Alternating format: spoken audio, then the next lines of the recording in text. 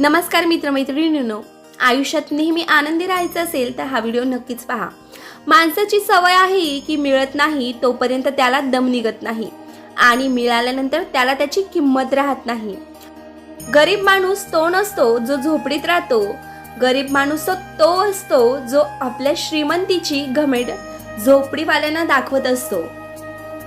इतरांचा अपमान करणं हे स्वभावात असू शकतं, पण सन्मान करणं हे संस्कारातच असावं लागतं। जीवन जगताना कधीच कोणाला नाव ठेवू नका। समोरच्या व्यक्तीने कधी ना कधी एका क्षणापुरती तरी साथ नक्कीच दिलेली असते।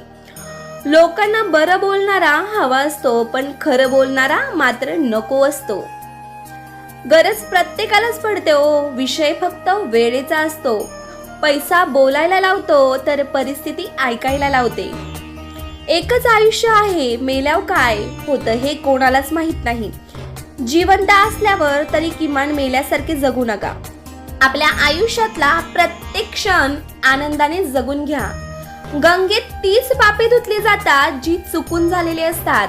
योजना आखून केलेली पापे ही भोगल्याशिवाय धुतली जात नाहीत। हे मात्र तेवढंच खरं आहे। घरातल्या वातावरणाला घरातल्या माणसांचे स्वभाव कारणीभूत असतात। वाईट आठवणी या गंजलेल्या कुलपासारख्या असतात। ज्याला चावीने उघडण्यात काहीही अर्थ नसतो त्याला तोडावंच लागतं। जगातली एकच गोष्ट माणसाला यशस्वी होऊ देत नाही, ती म्हणजे त्याच्या मनातली भीती। जो माणूस समजून घेतो आणि समजावूनही सांगतो तोच खरा जोडीदार असतो। कपडे स्वच्छ धुताना नकळत आपले हात देखील स्वच्छ होत असतात। अगदी तसंच चांगल्या लोकांच्या संगतीत जरी राहिलं तरी नकळत आपले विचार देखील स्वच्छ होत राहतात। आनंदी राहायचे असेल तर स्वतःची परिस्थिती पाहून निर्णय घ्या। जे लोक जगाला पाहून निर्णय घेतात ते नेहमीच दुःखीच राहतात। हे मात्र 100% खरे आहे।